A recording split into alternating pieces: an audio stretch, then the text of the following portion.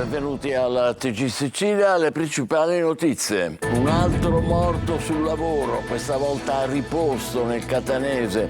Un operaio caduto da un'impalcatura ha perso la vita sul colpo. Originario di Santa Venerina, aveva 53 anni. In Sicilia sono già 51 i lavoratori che hanno perso la vita dall'inizio dell'anno. È una strage silenziosa, protestano i sindacati, che non fa più notizia. Palermo nasce la Fondazione Montinaro per la legalità. Il ministro Piantedosi la conferma che nel capoluogo cresce il senso civico contro la criminalità. La Commissione Nazionale Antimafia sarà a Catania venerdì. Nessuna faida, dice la Presidente Colosimo, può far paura alla città e allo Stato. Emergenza carceri, sempre più gli agenti della polizia penitenziaria che lasciano il lavoro. Stato di agitazione a Siracusa. Non si può lavorare così, il governo intervenga subito, è l'allarme lanciato al nostro TG. Verso la riapertura delle scuole, prime perplessità sui telefonini dei ragazzi da custodire negli armadietti, i presidi. Responsabilità che non possiamo prenderci. Ultimi giorni di acquisti in vista della ripresa delle lezioni, libri e non solo, più cari per il Codacons. Una famiglia spenderà nell'anno 1.500 euro per alunno. Ad Agrigento, arte tra mito, storia e contemporaneità nella mostra di Giulio Paolini, pittore e scultore che espone in tutto il mondo. Calcio, il Catania ufficializza il prolungamento del contratto con il portiere Dini fino al giugno 27. Terza sconfitta consecutiva del Siracusa, fermo a 0 punti in classifica.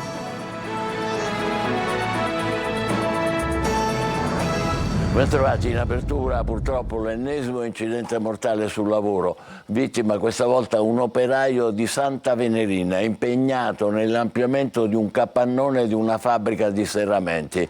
La tragedia si è consumata a Riposto, fatale una caduta da quasi 10 metri d'altezza. Tonino De Mana. È precipitato da un'impalcatura mentre era impegnato all'ampliamento di uno stabilimento industriale. È morto così Salvatore Sorbello, 53 anni, operaio originario di Santa Venerina, vittima dell'ennesimo incidente sul lavoro, questa volta avvenuto in contrada Rovettazzo a Riposto. La tragedia si è consumata intorno alle 8 del mattino all'interno di una ditta di serramenti per l'edilizia, la F, dove erano in corso gli interventi nell'area retrostante la fabbrica. Dall'impalcatura del capannone che vedete, l'operaio, impegnato insieme ad un collega, è precipitato al suolo facendo un volo di quasi 10 metri. Inutile ogni tentativo di rianimarlo. Sul posto personale del 118 i carabinieri delle stazioni di Giarre e Riposto e i militari del nucleo ispettorato del lavoro che hanno avviato gli accertamenti per ricostruire la dinamica dell'incidente e verificare il rispetto delle normative sulla sicurezza nei luoghi di lavoro. Le indagini sono coordinate dalla Procura di Catania. Occhi lucidi e bocche cucite dietro il cancello della fabbrica, dove per tutta la mattinata sono stati effettuati controlli e verifiche da parte delle autorità competenti. Nel maggio scorso, sempre a Riposto, un operaio di Vittoria era rimasto coinvolto in un altro incidente sul lavoro, cadendo dal tetto di una fabbrica dolciaria e rimanendo gravemente ferito.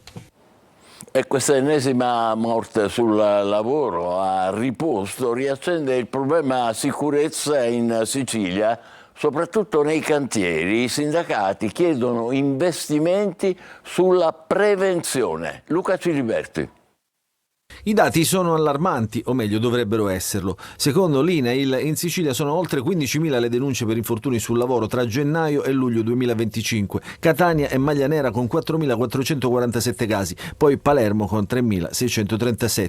Dati che rispecchiano quelli dello stesso periodo dell'anno precedente. I decessi invece sono già 51. Lo scorso anno, tra gennaio e luglio 2024, erano 50, a testimonianza che da un anno all'altro si è fatto poco in termini di prevenzione. Forse non c'era nessuno che vigilava affinché le fasi lavorative avvenissero rispettando le normative sulla sicurezza previste per la specifica fase lavorativa. Adesso diciamo basta, adesso chiediamo più controlli nei cantieri edili e in particolar modo nei microcantieri, laddove registriamo la maggior parte degli incidenti mortali. dietro ogni statistica c'è una famiglia spezzata, una comunità ferita, un vuoto che non si colmerà mai. Chiediamo alle istituzioni, agli enti di vigilanza e alle imprese un cambio di passo deciso, più ispettori, più prevenzione, più responsabilità. Denunciamo con forza la totale assenza di controlli, soprattutto nei cantieri privati. Dobbiamo potenziare gli uffici ispettivi, dobbiamo puntare sulla formazione, una formazione seria, soprattutto nel settore dell'edilizia. Una strage silenziosa che fa notizie, però solo quando ci scappa il morto. Incendio stamane in una falegnameria di Palermo. Il fumo sprigionato ha intossicato una donna che abita sopra la struttura e che è stata soccorsa dal personale del 118. Sono intervenute diverse squadre dei vigili del fuoco che hanno spento il rogo e bonificato l'area. A Palermo presentata la Fondazione Antonio Montinaro, sarà un nuovo presidio di legalità e sicurezza. Il ministro Piantedosi dice in città cresce il senso civico. La presidente della commissione antimafia Colosimo annuncia andremo venerdì a Catania con la commissione antimafia nazionale per dire che nessuna faida può mettere paura alla città e allo Stato. Marco Gullà. Un nuovo presidio di solidarietà e legalità. È stata presentata oggi al Teatro Politeama di Palermo la Fondazione Antonio Montinaro, nata per volontà di Tina Montinaro, vedova del caposcorta del giudice Giovanni Falcone. Tra le mission della Fondazione quella di rafforzare il legame tra i cittadini e le forze dell'ordine, promuovendo il senso di comunità e la cultura della legalità. Antonio Montinaro, che era poliziotto e che è morto capace, questo lo sa tutto il mondo, però Antonio Montinaro era tanto altro. Era un ragazzo semplice, un ragazzo di cuore e stava sempre a disposizione per gli altri e l'ha dimostrato poi, no? Facendo quella scelta. A togliere il velo alla Fondazione anche il ministro dell'Interno Matteo Piantedosi, che sul palco è tornato a parlare di sicurezza nel capoluogo. C'è una città che è molto preoccupata per esempio per temi di sicurezza urbana cosiddetta, no? Di sicurezza legata ad episodi che ahimè ci sono anche in altre città, di bande giovanili che si confrontano, spaccate sui negozi, insomma un modo disordinato di vivere la città. Adesso non mi fraintendete, il fatto che però ci sia una sensibilità cresciuta su questi temi, perché insomma le autorità istituzionali vengono molto pressate insomma sulla necessità di trovare una soluzione. Allarme sicurezza che riguarda anche Catania. Venerdì la riunione della commissione antimafia. Andiamo a Catania per dimostrare che nessuna nuova faida o eventuale nuova faida, perché sono obbligata a sottolinearlo, può mettere paura allo Stato e alla città di Catania. A Palermo la polizia ha arrestato 2 uomini sorpresi nella zona di Piazza Sant'Erasmo in possesso di 2 pistole. L'arresto era avvenuto giovedì scorso, 2 ore dopo il ferimento di Antonio Madonia avvenuto a Ballarò. Se ne è avuto notizia soltanto adesso. Sono in corso indagini per stabilire se siano queste le armi utilizzate in quella sparatoria. Andiamo a Lampedusa, sono più di 1500 ormai, compresi 150 minorenni non accompagnati, i migranti che affollano in queste ore l'hotspot di Contrada Imbriacola. 6 i barconi approdati in mattinata, 5 gli sbarchi nella notte scorsa con 294 rifugiati in arrivo e questi ultimi migranti hanno raccontato di essere partiti dalla Libia pagando ognuno da 1.500 a 4.000 euro ciascuno, a seconda della nazionalità, e alcuni di loro hanno anche raccontato che da un'imbarcazione libica qualcuno gli ha sparato contro, per fortuna senza conseguenze. Torniamo in Italia, sempre più agenti lasciano la polizia penitenziaria. A Siracusa, nel carcere Cavadonna, è già stato di agitazione. Non si può lavorare così, il governo intervenga subito. È l'allarme lanciato al nostro TG Francesco Aloi. Lavorare in carcere diventa sempre più complicato. L'immagine di questa emergenza arriva dagli agenti di polizia penitenziaria che decidono di lasciare la divisa, come è accaduto a Cavadonna, Siracusa. Parecchie unità che sono arrivate da circa un anno direttamente dalla scuola stanno lasciando il lavoro della polizia penitenziaria perché non accettano più di essere presi a sputi, ingiuriati e addirittura presi anche a pugni. E così, mentre servirebbe rafforzare la presenza degli agenti, l'organico si riduce sempre più tra chi abbandona e chi va in pensione anche in anticipo. Andando ai numeri, quanti nuovi agenti servirebbero?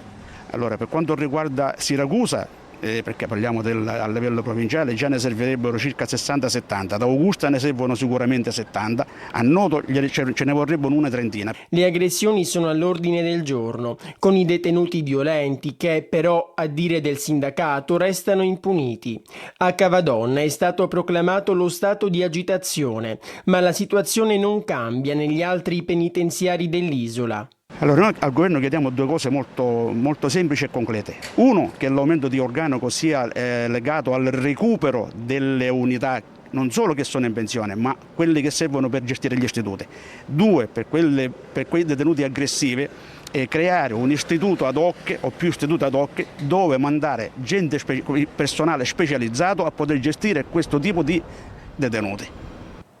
Scandalo dei referti in ritardo all'azienda sanitaria di Trapani con 19 indagati, acquisiti dal giudice le querele e le sommarie informazioni presentate dai pazienti e rese ai carabinieri del NAS. Prossima udienza in programma a fine mese, quando saranno nominati i periti medico-legali. A pochi giorni dall'inizio della scuola, presidi chiamati ad applicare il divieto di utilizzo dei cellulari in classe.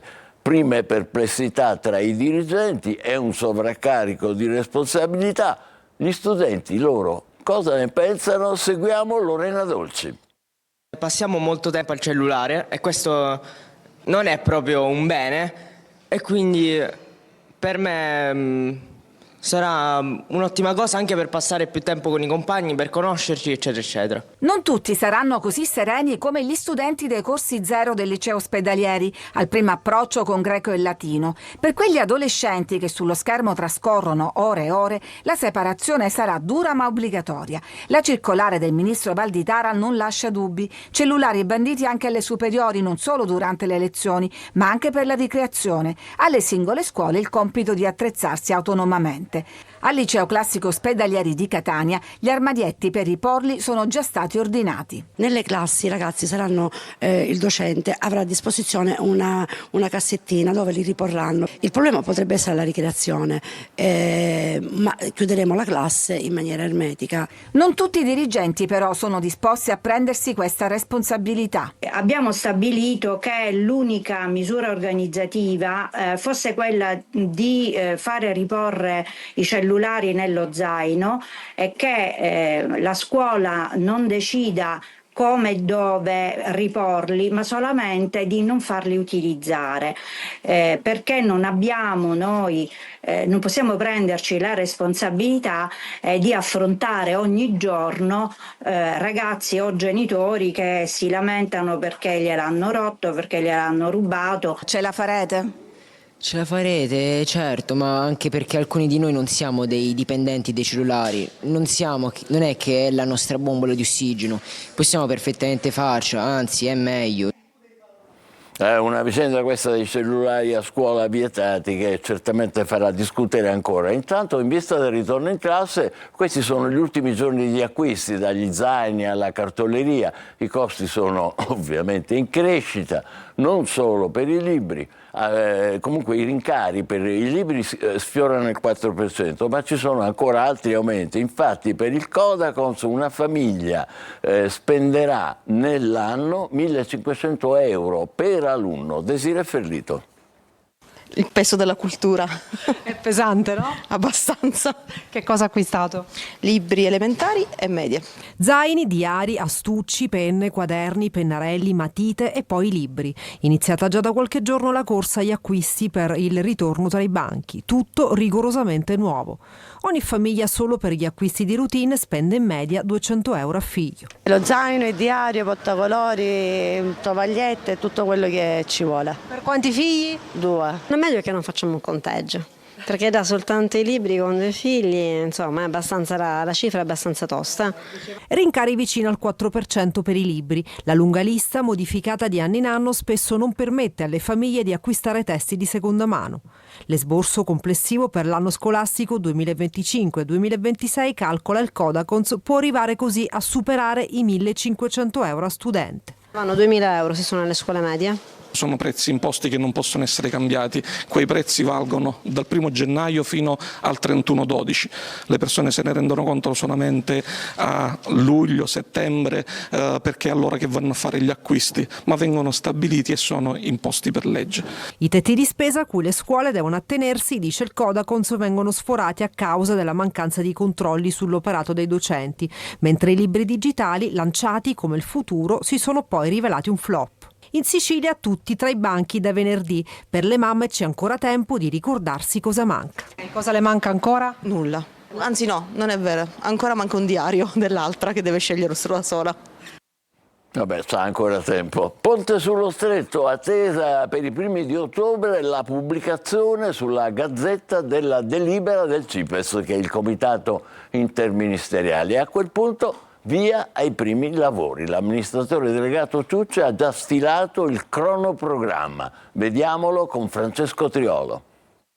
La roadmap è stata tracciata. È stato l'amministratore delegato della Stretto di Messina, Pietro Ciucci, a stilare il programma dei primi lavori per la realizzazione del ponte sullo Stretto, che sono più vicini che mai. All'inizio di ottobre, attesa la pubblicazione sulla Gazzetta Ufficiale della delibera del CIPES di approvazione del progetto definitivo, che quindi sarà efficace e si partirà con la fase realizzativa. Si avvieranno immediatamente il programma delle opere anticipate e la progettazione esecutiva per ciascuna fase costruttiva. I primi lavori riguarderanno le opere compensative richieste dai comuni, la viabilità e le opere che permetteranno di minimizzare fin dall'inizio l'impatto dei cantieri sul territorio. La progettazione esecutiva ed i lavori sono articolati su 3 fasi, ha spiegato Ciucci. La prima, inerente ai collegamenti stradali e ferroviari, che prevede l'apertura dei cantieri a maggio 2026. La seconda, relativa a gallerie, svincoli e alle 3 nuove stazioni ferroviarie, inizierà a settembre dell'anno prossimo. La terza, infine, il ponte vero e proprio, che partirà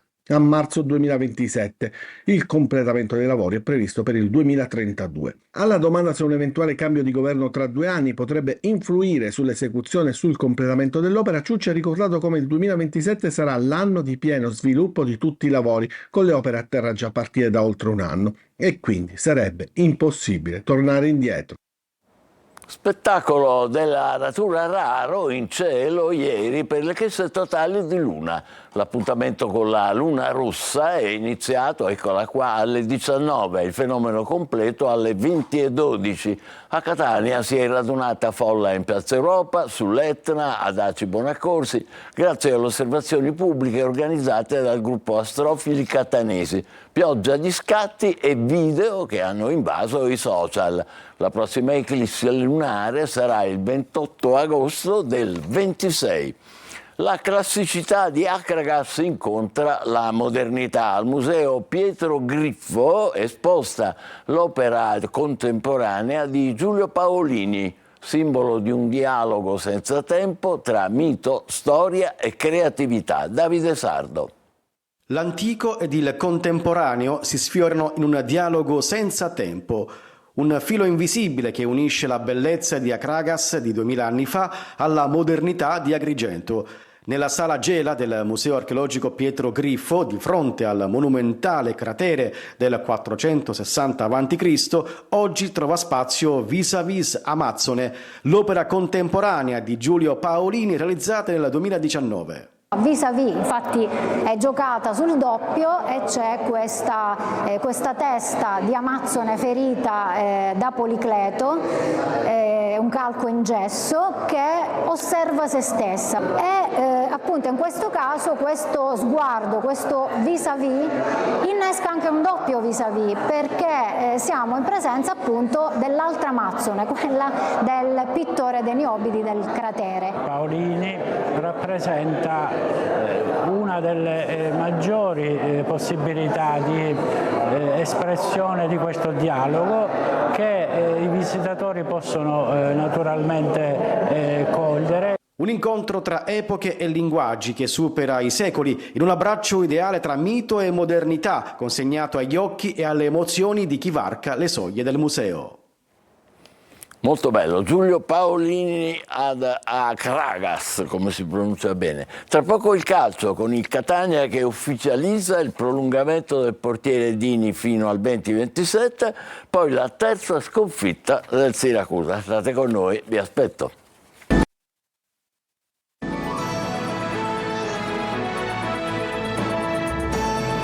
Calcio, il portiere del Catania Dini ha prolungato il suo contratto con il club etneo fino al giugno del 27, un accordo già trovato da tempo ma ufficializzato oggi in un momento caratterizzato anche dalle grandi parate dell'estremo difensore rossazzurro.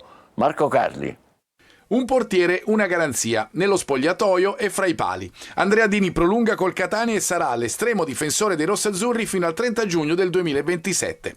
La società e l'entourage del giocatore avevano trovato l'accordo a luglio in pochissimi minuti, ma per la formalizzazione si è attesa la fine del mercato. Formalizzazione che è arrivata puntualmente, come afferma il vicepresidente Grella nella nota del club, prima della partita con il Monopoli. Intesa ufficializzata adesso, fra parentesi dopo l'ennesima parata determinante di Dini. Quella su Fall sabato al Massimino va inquadrata nel momento della partita e non nel contesto del risultato finale. Si era sull'1-0 per il Catania nell'unico periodo della gara in cui i pugliesi avevano preso il sopravvento. Anche nel convulso finale di Cava, Dini ha compiuto un intervento strepitoso su Orlando. Insomma, se il Catania è in testa a punteggio pieno lo deve anche al suo portiere, il cui valore era chiaro al club, come detto già da tempo. E Dini rappresenta fondamenta solide su cui basare il futuro anche per attaccamento alla maglia, come dimostrato ad esempio a Pescara dopo l'uscita dai play-off, con quelle lacrime che si sono trasformate nei sorrisi di questa prima parte di campionato. Terza sconfitta consecutiva per il Siracusa che cade a Cerignola, Retusei in vantaggio con Pacciardi, poi il crollo e la rimonta dei pugliesi. Marco Petrolito. Gli azzurri fanno la partita per più di un'ora, illudono con Pacciardi ma vengono ribaltati da Cuppone e compagni, rimediando così il terzo KO in campionato. Al Monterisi di Cerignola il Siracusa si dimostra forte ma fragile. Non bastano la buona prestazione nel primo tempo ed il vantaggio maturato in avvio di ripresa. La squadra di Turati conferma infatti le difficoltà difensive e torna a casa ancora una volta a mani vuote. Gli Aretusei partono forte, al quinto Guadagni sfiora il gol dopo un disimpegno sbagliato di Greco, ma il suo sinistro termina alto. All'11ª occasione clamorosa per Puzzone, che supera il portiere ma trova il salvataggio sulla linea di Cocoricchio. Il Siracusa preme al 32esimo e continua a sfiorare la rete con un destro che esce di pochissimo. La risposta dei padroni di casa arriva al 35esimo con Cuppone fermato da un ottimo Bonucci. Lo stesso il copione nella ripresa, ma il gol degli azzurri è nell'aria e arriva al 51esimo. Punizione di Candiano, Pacciardi controlla e batte Greco con un destro preciso. Vantaggio meritato che però dura solo fino al 57esimo, quando Martinelli pesca Cuppone in profondità con l'attaccante che stavolta non sbaglia e firma l'1-1 dell'Audace. Il Siracusa reagisce subito, con Valente su punizione, ma Greco si allunga e salva. Poi al 76esimo Emmausto punisce la prima vera distrazione della retroguardia retusea, con un colpo di testa imparabile che vale il gol del 2-1. Nel finale il calo che non ti aspetti, col Siracusa interamente sbilanciato in avanti e l'Audace che chiude i conti in contropiede. Al 79esimo Cuppone colpisce la traversa con un pallonetto e al 91esimo firma la doppietta personale per il definitivo 3-1. E noi ci fermiamo qui, grazie per essere stati con noi, l'appuntamento per altre notizie alle 20. Buon pomeriggio.